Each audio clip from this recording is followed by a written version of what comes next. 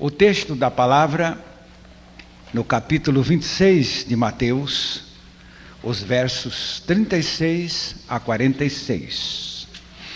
Então, foi Jesus com eles a um lugar chamado Getsemane, e disse aos discípulos: sentai-vos aqui, enquanto eu vou ali orar.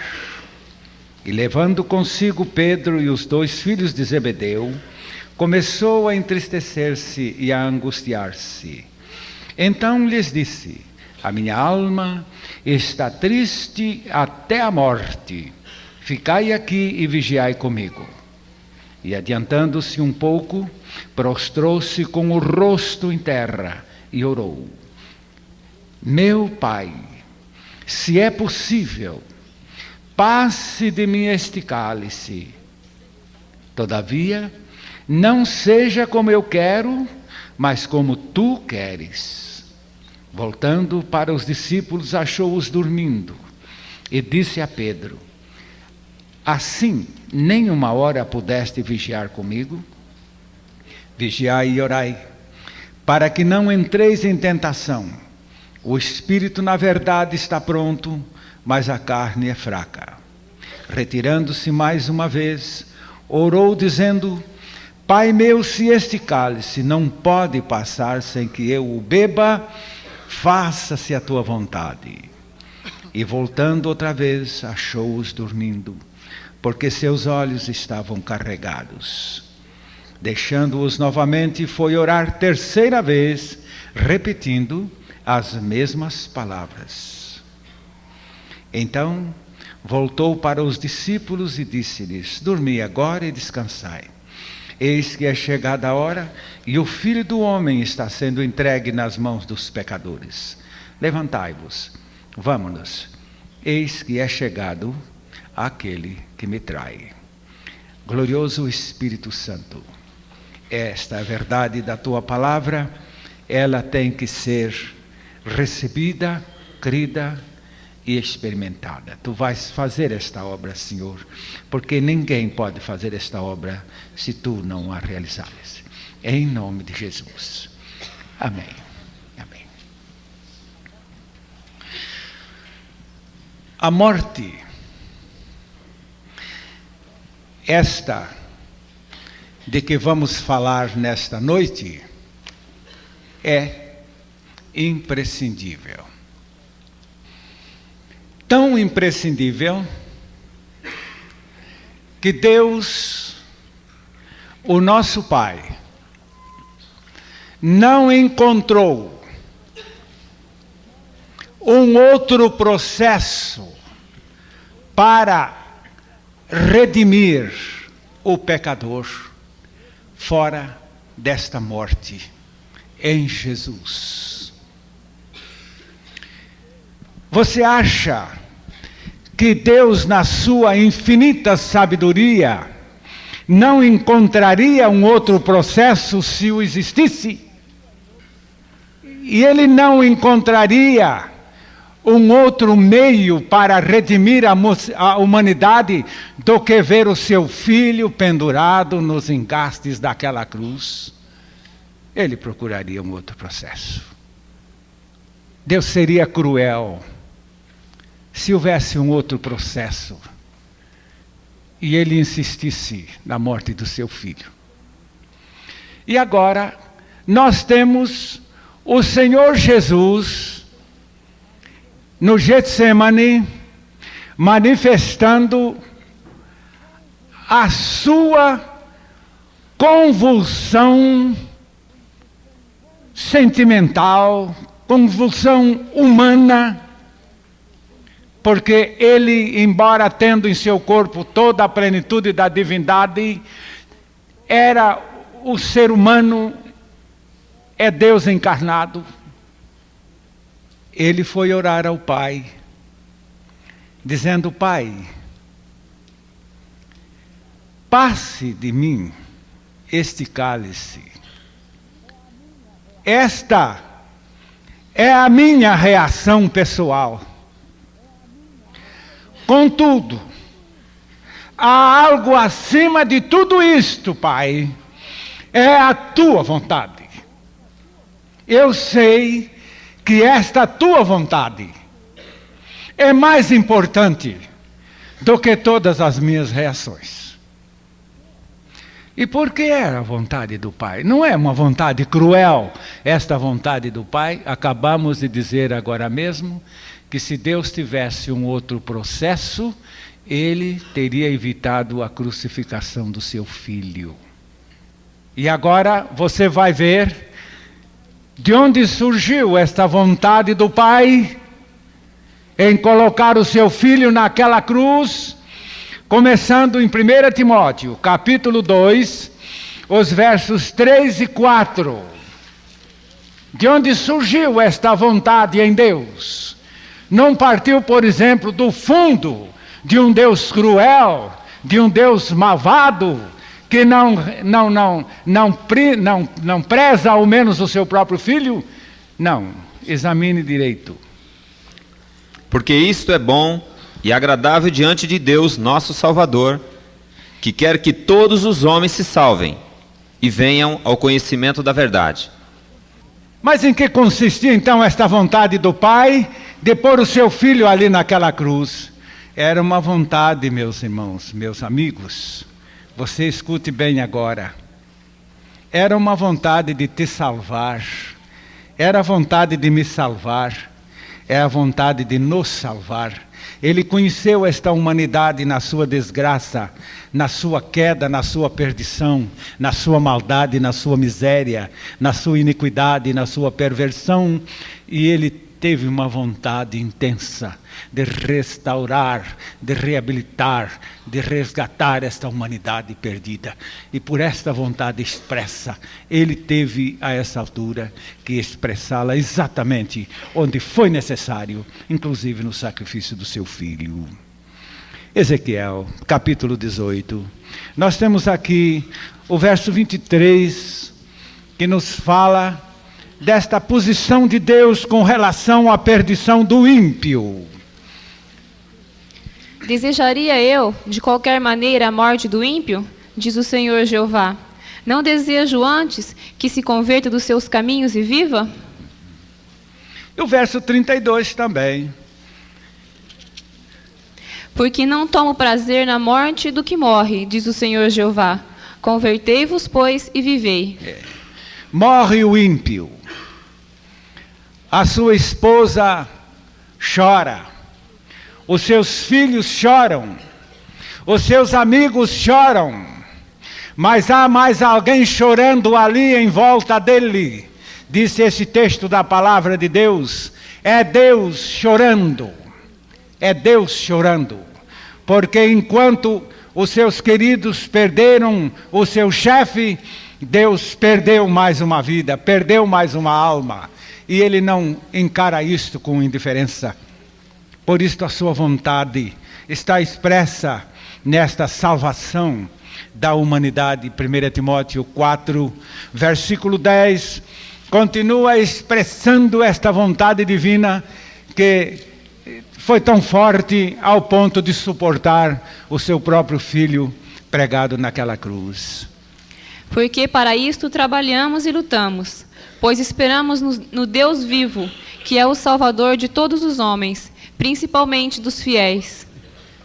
Esse Deus maravilhoso, em quem esperamos e esperamos agora. E você vai notar no capítulo 9 de Hebreus, capítulo 10 de Hebreus, versículo 7, onde está falando desta vontade outra vez, e para onde ela foi se juntar com a sua ação e foi transformar isto naquela obra da cruz. Então disse: Eis aqui venho, no princípio do livro está escrito de mim, para fazer, ó Deus, a tua vontade. Agora os versos 9 e 10. Então disse: Eis aqui venho, para fazer, ó Deus, a tua vontade. Tira o primeiro para estabelecer o segundo, na qual vontade temos sido santificados pela obração do corpo de Jesus Cristo, feita uma vez. A palavra oblação é a palavra oferta. Jesus entregou o seu corpo no altar da cruz para satisfazer a vontade do Pai, que se baseava não em mero capricho. Quantas vezes um pai diz: meu filho, não saia. Por que você não quer que saia? Porque eu não quero. Mas não há razão para isto. Agora Deus expressa a sua vontade.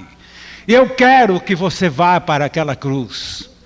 Mas por que o Senhor quer que eu me ofereça ali naquela cruz? Eu quero porque a minha vontade é salvar o pecador. E eu não tenho outro processo, não existe outro para fazer isto. A maldita da pregação modernista, a pregação herética, que quer levar um povo sem esta experiência com a morte de Cristo, não leva para outro lugar senão para o inferno.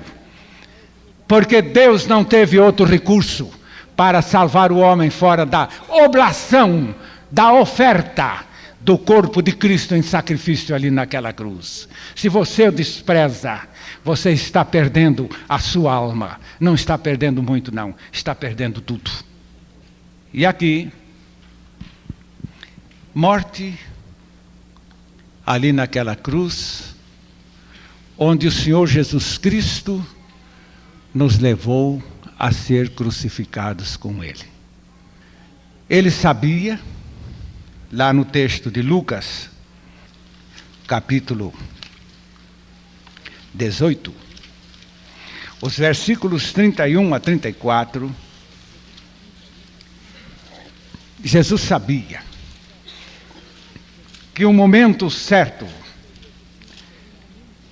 ele teria de se entregar. Alguns momentos quiseram prendê-lo, mas ali ele não se rendeu, ele se afastou. Mas quando chegou a hora certa, ele se entregou. Vamos ler esse texto. Quando Jesus previa e anunciava e prenunciava que ele ia enfrentar essa cruz. E tomando consigo os 12, disse-lhes: eis que subimos a Jerusalém, e se cumprirá no Filho do Homem tudo o que pelos profetas foi escrito. Pois há de ser entregue às gentes, e escarnecido, injuriado e cuspido. E havendo-o açoitado, o matarão. E ao terceiro dia ressuscitará. E eles nada disso entendiam, e esta palavra lhes era encoberta, não percebendo o que se lhes dizia. Esse último verso parece que continua acontecendo. Há tanta gente ouvindo falar, tanto desta morte de Cristo como de nossa morte com Cristo, e não entendem, não entendem, não entendem. Parece que são invulneráveis, mas na ignorância. Que tristeza, que tristeza. Eles também não entendiam isto. Chegaram ao ponto de um deles se levantar e exortar Jesus, dizendo que se afastasse deste plano de sua morte naquela cruz. Enquanto Jesus chamou a Pedro de Satanás ali naquela hora, continuamos afirmando que é Satanás que está obstruindo as mentes para não entenderem a sua experiência com aquela obra tremenda da oferta do corpo de Cristo na cruz. E agora, aquela morte em Cristo foi para que morrêssemos também. Quem precisava morrer? Quem precisava morrer? Você agora vai acompanhar isto. Deus tinha certeza absoluta que o seu filho não precisava morrer. Porque a alma que pecar, essa morrerá. Ele sabia perfeitamente que o seu filho nunca pecou, nunca peca e nunca pecará. Mas o seu filho teve que morrer uma morte que não era dele, era a minha morte. Feliz momento quando eu vi que aquela morte não era de Cristo, era minha. Isso transformou a minha vida. Não foi apenas mais um pensamento evangélico que eu arranjei, não, senhores. Foi algo que trouxe para mim uma tremenda transformação. O dia que eu disse, Jesus, aquela morte na cruz do Calvário, embora realmente o Senhor a sofreu, mas ela é perfeitamente minha. Jesus, eu morri, aquela morte é minha. Isso me transformou. E sabe o que mais? Eu tenho visto uma multidão sendo transformada com esta mesma experiência. Não foi quando você aceitou a sua morte na cruz com Cristo que Ele transformou? Se foi, você levante a sua mão para corroborar esse testemunho.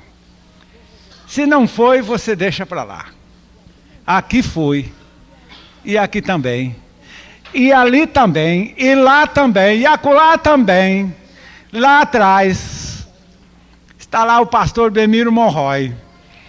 Oh, que coisa maravilhosa esta morte com Cristo, que trouxe para mim um verdadeiro descanso. Irmão Benedito Jaime, outro dia tomou a palavra e disse, meus irmãos, eu não tenho costume de falar em público, mas uma coisa que eu não suporto mais é dizer, porque eu vivi uma vida de uma santidade que eu não sei nem como me acusar, nem eu mesmo me acusava. Eu vivia uma vida correta, mas perdi os meus filhos e dentro da igreja nunca encontrei satisfação nenhuma. Mas agora, quando aceitei a minha morte com Cristo, eu vi quanto a minha justiça estava me levando para o inferno. E assim, esta nossa morte em Cristo é a encruzilhada mesmo que muda o nosso rumo. É uma encruzilhada. É na cruz a coisa. Então morremos, em primeiro lugar, para a lei. A lei. No capítulo 6 de Romanos, verso 23, nós encontramos que a consequência do pecado tem que ser uma só, em toda circunstância. Porque o salário do pecado é a morte, mas o dom gratuito de Deus é a vida eterna, por Cristo Jesus, nosso Senhor. Não temos dúvida de que quem planta arroz, colhe arroz, quem planta feijão, colhe feijão, quem planta carrapicho, de certo não vai querer colher, mas tem que colher é carrapicho, porque ninguém pode deixar de colher o que planta. Mas uma vez semeado o pecado, só há uma colheita. É a morte. É a morte. Esta morte é aquela segunda morte que a Bíblia fala. Porque esta primeira morte, que é a física, todos passam por ela. Ela não leva importância. O problema está naquela segunda morte. E em Tiago, capítulo 1, versículo 15... Depois, havendo a concupiscência concebido, dá à luz o pecado. E o pecado, sendo consumado, gera a morte. Não gera outra coisa. O pecado só pode gerar morte. E é morte que nós temos agora que tomar cuidado do próprio indivíduo, o pecador. Nós temos em Números, no capítulo 35, verso 31, uma lei que mostra a inerresgatabilidade da pena. Ninguém pode fugir à pena do seu pecado. Ninguém pode fugir. É lei. É lei. É como quem jogou uma pedra para cima e não tem jeito senão de recebê-la bem no alto da cabeça, sem dúvida. E não tomareis expiação pela vida do homicida, Não. que culpado está de morte, antes certamente morrerá. Nenhum culpado pode, por lei, transmitir a sua pena a outrem. Não, senhores. Nenhum culpado. Eu sei que alguém vai dizer, mas como é que Jesus Cristo fez? Fez nessa pregação rota desse evangelho que se prega por aí. Essa graça barata que se prega por aí. Mas na graça do evangelho não fez não, senhor. O culpado teve que pagar. Foi muito justa aquela atração que ele procedeu de todos nós ali naquela cruz, quando declarou, quando eu for levantado da terra, a todos atrairei a mim mesmo. Para quê? Porque o culpado tem que pagar. E quando eu pensei justamente a meu respeito, eu aceitei. E percebi perfeitamente que a coisa mais justa é esta autocondenação. Eu sei que o amor próprio detesta esta verdade. A autocondenação é a posição justa em que o pecador se encontre para alcançar a sua salvação. Jesus estava pregado entre dois malfeitores. Um estava lá com todo o seu amor próprio, inclusive escarnecendo de Jesus, dizendo: se tu és o Cristo, salva-te a ti mesmo e a nós também. A nós também. Por que você quer se salvar? Bem, porque eu quero continuar a minha vida. A minha vidinha. Mas o outro disse: tu nem ainda temes a Deus estando debaixo da mesma condenação? Nós estamos aqui pagando o que os nossos feitos merecem. Aquele dia eu disse para Deus: Deus, eu sou um pastor batista, batizado há muitos anos, com um diploma de seminário, nunca saí do meu pecado, eu vou para o inferno, e você quer saber de mais uma coisa? Eu acho é bom. Nesse dia Deus tratou comigo, mostrando que não era vontade dele levar um pecador confesso para o inferno. E agora aqui, sem esta mudança de pena, vimos então em seguida que morremos para o pecado. Primeiro morremos para a lei, agora morremos para o pecado. 1 Pedro, capítulo 2, verso 24. Aqui a morte, nossa morte. Eu prefiro atualizada aí. Vamos lá. Levando ele mesmo em seu corpo os nossos pecados, sobre o madeiro, para que nós, mortos para os pecados, pudéssemos viver para a justiça, e pelas suas feridas fostes sarados. Amém. Para que nós, mortos aos pecados, vivamos para a justiça.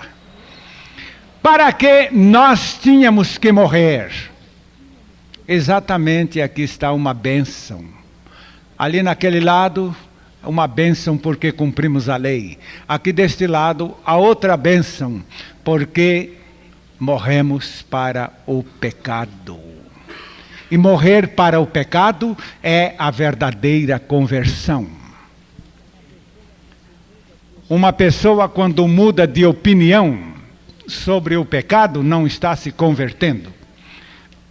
Mas, na verdade, o que a palavra de Deus está dizendo é que na nossa morte para o pecado, experimentamos exatamente uma vida para a justiça. Está aqui a gloriosa mudança. Romanos capítulo 6, versos 1 e 2, onde a palavra de Deus nos mostra que a graça de Deus se manifestou neste sacrifício em Cristo Jesus para nos libertar realmente do pecado. Mas pelo processo, morte. Que diremos, pois? Permaneceremos no pecado para que a graça abunde? De modo nenhum. Nós que estamos mortos para o pecado, como viveremos ainda nele? Esta morte nos traz esta vitória, morte para o pecado. Verso 11, aí neste mesmo texto. Assim também vós, considerai-vos mortos para o pecado, mas vivos para Deus em Cristo Jesus, nosso Senhor. Graças a Deus. Esta consideração é produto da fé. Produto da fé. Mas não é essa fé mágica, que eu digo, eu não tenho dinheiro aqui no bolso, mas eu vou criar uma ideia que eu tenho 100 mil cruzados aqui no bolso, meto a mão e puxo 100 mil cruzados. Mas isso aí ninguém nunca fez isso, não. Vai meter a mão lá, não tira nada. Mas então não é esse tipo de fé que pode acontecer, não é esse tipo de fé. Porque quando cremos na palavra de Deus, não somos confundidos. Quando eu criei na palavra que afirmou a minha morte com Cristo na cruz do Calvário, eu disse, ó Deus, eu me considero morto com teu Filho Jesus Cristo na cruz do Calvário. Nesse dia eu encontrei realmente a operação desta morte na minha experiência. É isto que você também pode experimentar e levar a tantos a esta experiência. Outro dia estávamos num seminário. Nesta viagem pregamos num seminário. E, sabem, os jovens beberam aquela mensagem com muita avidez. Foi muito preciosa. Nós tivemos 3 palestras no seminário. E quando estávamos na última, eu disse, bom, agora Deus, vamos lançar aqui uma tempestade da morte com Cristo.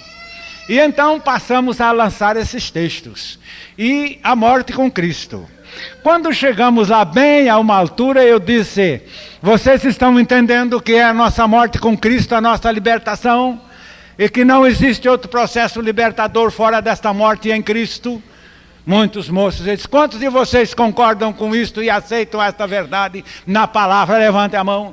E todo mundo levantando a mão ali, houve uma moça que estava encostada numa coluna, ficou olhando para mim, muito sisuda. Eu digo, moça, você não aceita a sua morte com Cristo? Ela disse, eu já morri, mas foi de outra maneira. Eu não ouvi esta declaração dela. As pessoas que a ouviram ali, ela falou forte, mas havia um movimento assim tão grande no auditório, eu não ouvi esta expressão, mas muitas pessoas me disseram, ela disse que morreu de outra maneira. Bem, há muitas maneiras, mas não há maneira de morrer, de maneira a ser transformado, senão no corpo do Senhor Jesus Cristo. Único lugar onde podemos realmente morrer. Mortes para o pecado, agora ela é mais uma outra bênção. Morte para o mundo. O mundo. O mundo tem o seu lado mau. Vivemos no mundo, mas não podemos aceitar que o mundo viva dentro de nós.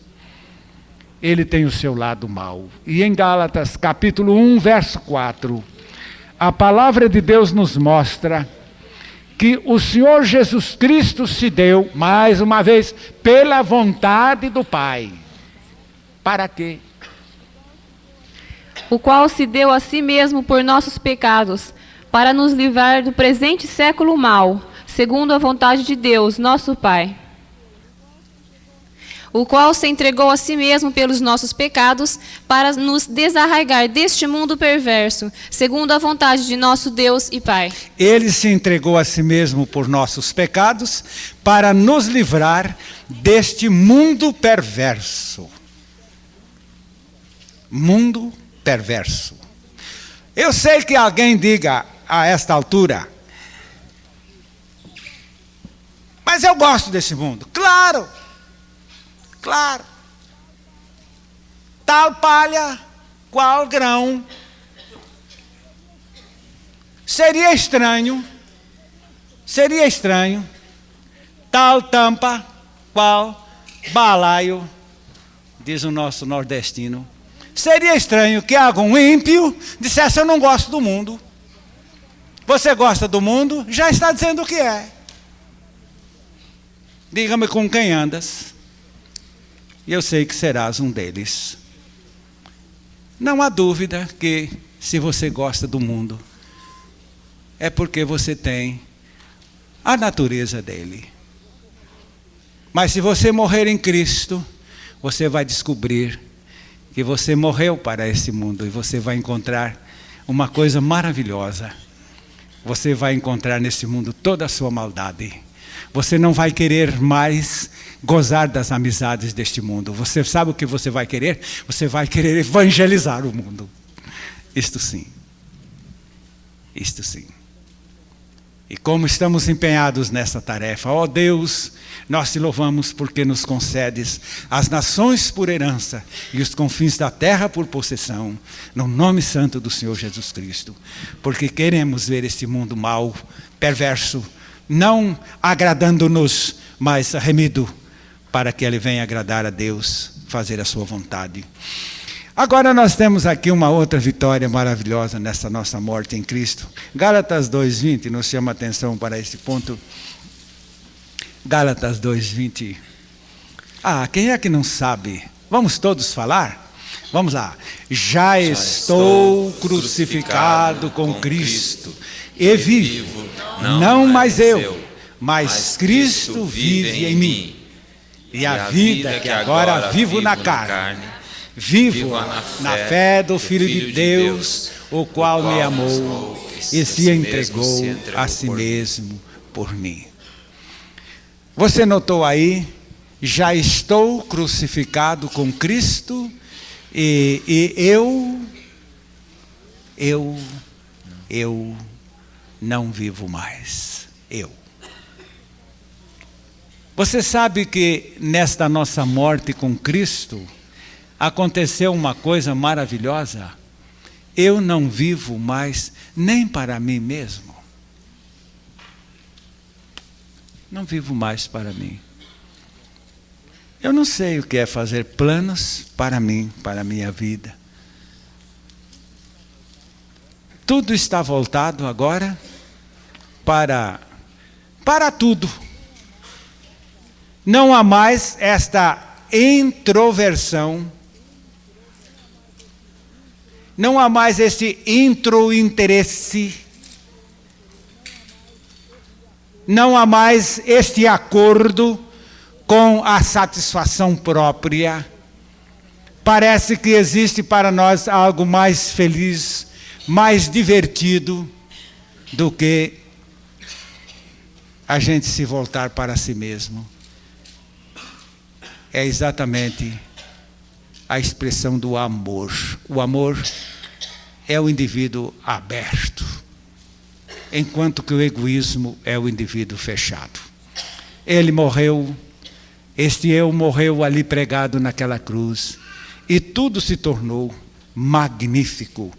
Em 2 Coríntios 5, os versos 14 e 15, mostra-nos ali para que lado a vida se volta, o interesse se volta, e todas as ambições se voltam, toda a dedicação se volta. É ali na expressão do verso 15, mas vamos ler o 14 também. Porque o amor de Cristo nos constrange, julgando nós assim, que se um morreu por todos, logo todos morreram. E ele morreu por todos, para que os que vivem não vivam mais para si, mas para aquele que por eles morreu e ressuscitou. Eu quase dei um pulo o dia que eu li nesse verso 15. Eu agora não vivo mais para mim. Não vivo mais para mim. E diz o texto, para quem? Para o Senhor Jesus Cristo. Todos os meus interesses estão voltados para o que o Senhor Jesus Cristo quer. Então alguém dirá, é por isso que eu não quero esta minha morte com Cristo. E depois, e eu? Pois é, fica de lado, fica na cruz. Mas eu gosto do meu eu, então aí está. Fica com ele. É a razão porque o eu não gosta de ser crucificado. E assim, a palavra de Deus continua nos mostrando que perdemos o nosso egoísmo, perdemos este interesse de fazermos as coisas por nós mesmos. Mas então a vida vai se tornar passiva, a vida vai se tornar negativa. Exatamente o contrário. Você note bem, para quantas pessoas você precisava viver até quando você morreu em Cristo? Para quantos você precisava viver? Já fez a conta? Você precisava viver só para você, só para uma pessoa. E quando você morreu em Cristo, o Senhor Jesus Cristo colocou você a viver para o mundo inteiro, para toda a humanidade, para todo o seu próximo ao seu redor. E eu pergunto, a vida vai se tornar inerte, vazia? Não, ela vai se tornar muito mais intensa. Porque se alguém vive para o seu egoísmo, precisa satisfazer uma pessoa só. É sim. Casa para ter egoisticamente uma esposa ou um marido. Gera filhos para tê-los egoisticamente. Eu me lembro de um velho pai que veio à beira do caixão mortuário do seu filho, já moço, morreu num desastre.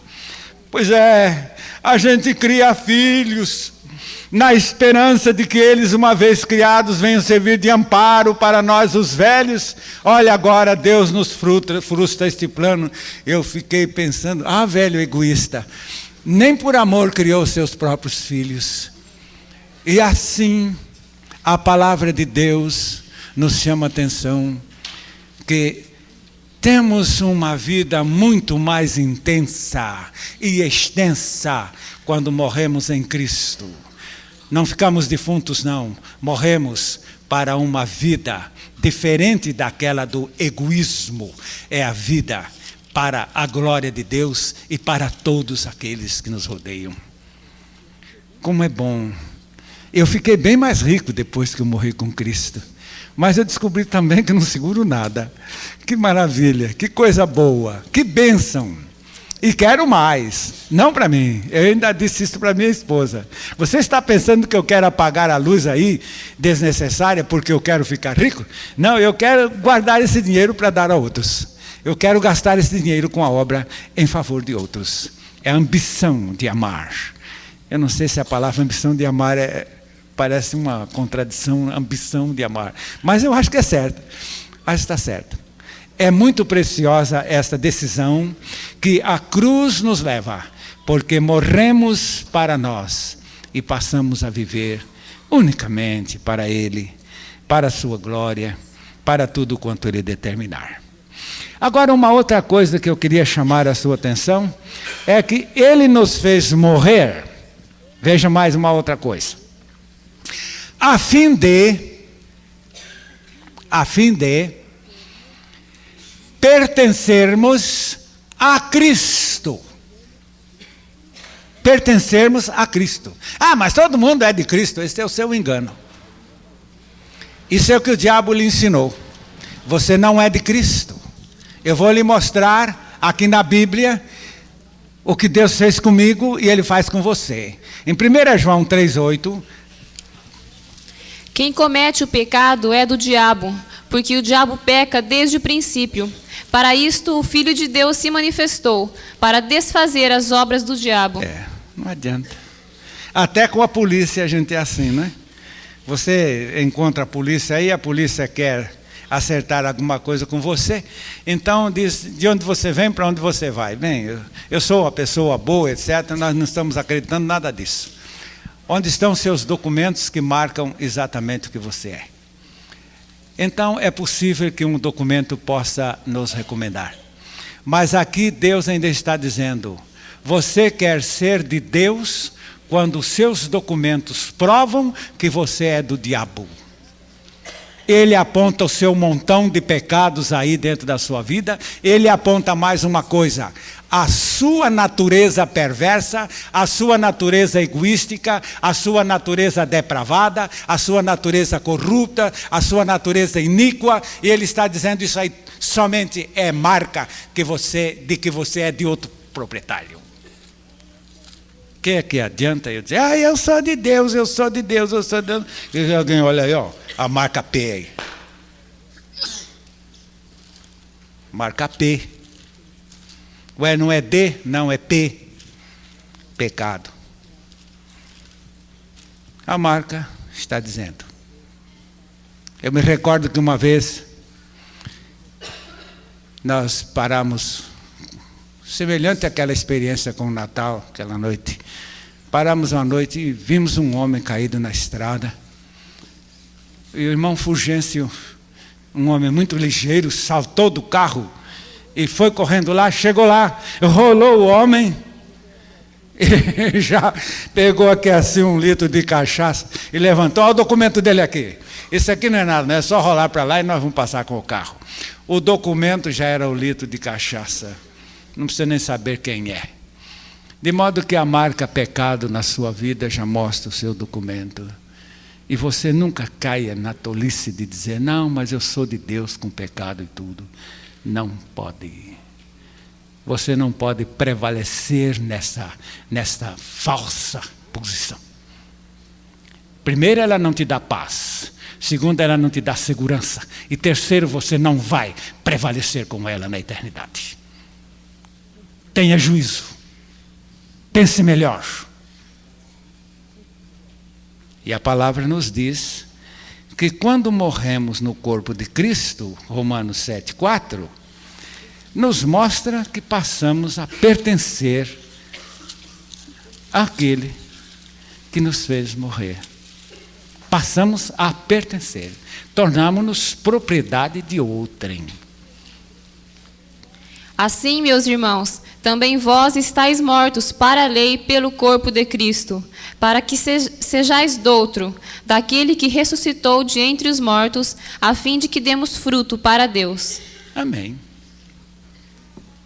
Eu sei que agora surge uma proposta.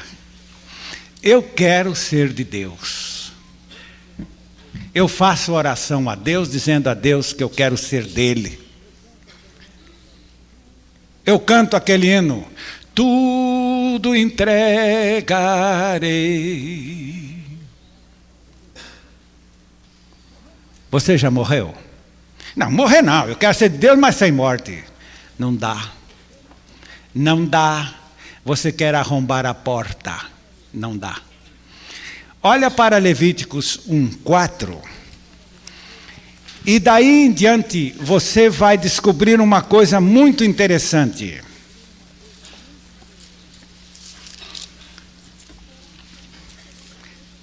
E porá a sua mão sobre a cabeça do holocausto, para que seja aceito por ele, para a sua expiação. É um pecador que comparece no altar de Israel, no altar do Senhor. Ele vai para o altar de fora do pátio lá.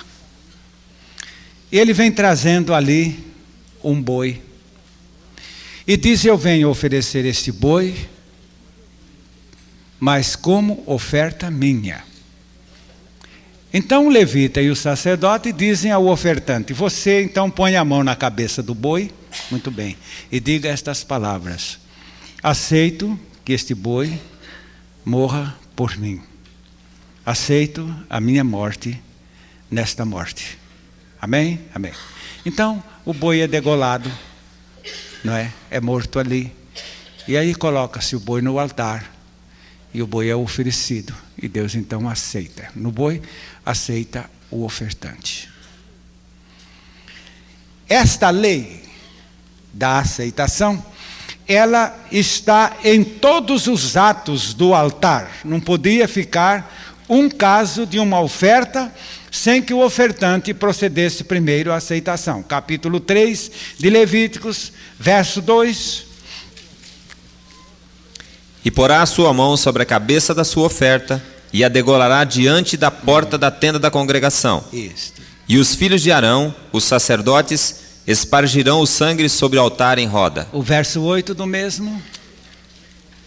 E porá a sua mão sobre a cabeça da sua oferta, e a degolará diante da tenda da congregação. O verso 13 do mesmo.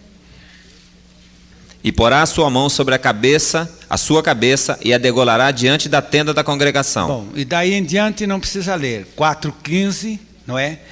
4:33, e aí por diante, no livro de Levíticos, nós vamos encontrar muito disto da aceitação do animal pelo ofertante. Aquela morte é a morte do ofertante. Veja bem. E agora, esta oferta pela morte, torna-se aceita diante do Senhor. Outro dia eu estava pregando num lugar e pensei o seguinte: aparece aí um homem lá de Dan, da tribo de Dan. Você sabe o que é? Quem nasce na tribo de Dan? É um danado. Ele pega um boi e vem oferecer para Deus. Mas o seu danado chega lá e diz ao sacerdote e ao levita: olha, eu não queria que matasse o boi, eu queria oferecer o boi vivo. O senhor não acha que dá? Não, mas aqui a lei é matar, se não morrer não pode se dedicar ao senhor. Não, mas eu queria dedicar o boi vivo mesmo e tal, não é? E depois ele chama mais uns padrinhos, mais uns políticos. Mas o homem quer oferecer o boi vivo, deixa ele oferecer o boi vivo. Vamos concordar que ele ofereça o boi vivo. E o sacerdote: não, mas muito contragosto, né? Bem, o senhor então pode passar o boi para ele. E meus amados irmãos, o boi vai entrar para dentro do tabernáculo, cheio de cortina vermelha. Ai, meu pai, está armada a toreada aí, não é? Está armada. E esse boi já vai entrar lá, já vai fazer uma dirriça lá naquele tabernáculo, vai rasgar a cortina, vai virar a mesa para todos os lados, não é verdade? E não é assim que eles fazem dentro das igrejas quando entram vivos? Esses marruais que tornam as igrejas um verdadeiro campo de touros. E eu estava falando nisso e um homem levantou a mão lá e disse: pastor, e as vacas também? Digo, elas também. Por que não? Por que não? A igreja, com seres que nunca morreram, ela está estragada. Se a igreja não for de pessoas renascidas, que morreram e nasceram de novo, ela não é a igreja de Deus. Ainda bem que são de Deus aqueles que estão renascidos dentro da igreja. E agora, vocês vão notar a palavra de Deus dizendo-nos mais uma coisa preciosa. Aqui em um texto bíblico que diz que quando morremos em Cristo, nós passamos a dar muito fruto. Primeiro é 1 Coríntios 15,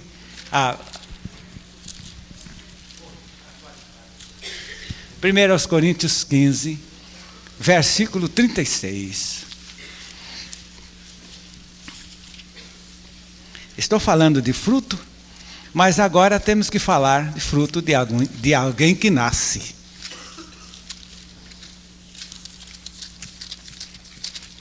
Primeiros Coríntios 15, 36. Insensatos, o que semeais não nasce, se primeiro não morrer. O que semeias não nasce, se primeiro não morrer. Você notou aqui? Não nasce. Não nasce se primeiro não morrer. Eu nasci de novo. Nasceu? Como foi a sua morte? Quando foi a sua morte? Não, morte eu não tive, então nasceu coisa nenhuma. Coisa nenhuma.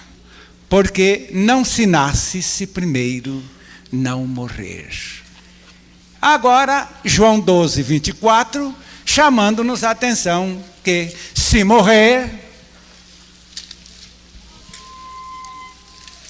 Na verdade vos digo, se o grão de trigo caindo na terra não morrer, fica ele só, mas se morrer, dá muito fruto. Se morrer, dá muito fruto. Será que Jesus está certo? Eu tenho certeza que está certo. Tenho certeza que está certo pela verdade de Deus. E tenho certeza que está certo pela experiência que tenho tido. Pois como é maravilhoso ver esta vida de Jesus produzindo fruto através da nossa instrumentalidade.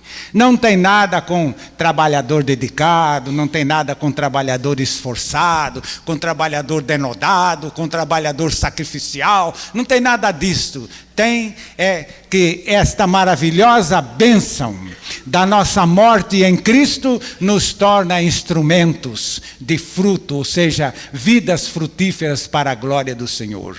E é Ele quem faz esta obra. O que há de mais importante é que se morrer, dá muito fruto. Se morrer, dá muito fruto. Toda a explicação está nesta palavra morte em Cristo. A minha morte em Cristo, a tua morte em Cristo, ela é o centro de toda a nossa experiência. Não no passado, mas eterna. E finalmente, agora a palavra de Deus nos fala que a nossa morte em Cristo resulta na vida de Cristo em nós. Esta é a maior. A gente nunca deve deixar a maior no meio. A maior tem que ficar sempre lá, no ponto mais alto. O que é isto? É que a nossa morte na cruz em Cristo resulta na vida de Cristo em nós. Colossenses capítulo 3, versículos 3 e 4. Porque já estáis mortos, e a vossa vida está escondida com Cristo em Deus. Quando Cristo, que é a nossa vida, se manifestar, então também vós vos manifestareis com Ele em glória. A vida de Cristo em nós, depois de mortos. No verso 3, morremos.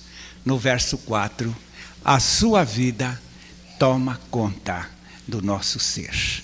Cristo, que é a minha vida, se manifesta e ela me manifesta com Ele em glória. É isto que Jesus Cristo faz de você que reconhece com toda certeza a sua morte com Cristo na cruz do Calvário. Há poucos dias, um irmão abriu a palavra de Deus num versículo lá de 2 Coríntios 5,14, que diz: um morreu por todos, logo todos morreram.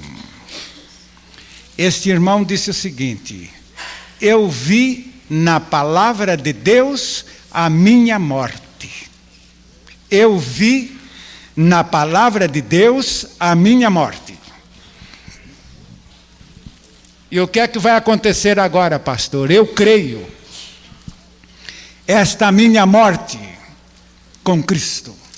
Disse, meu irmão, se você viu na palavra de Deus e creu, viu ali a sua morte, você vai ver a sua morte em você.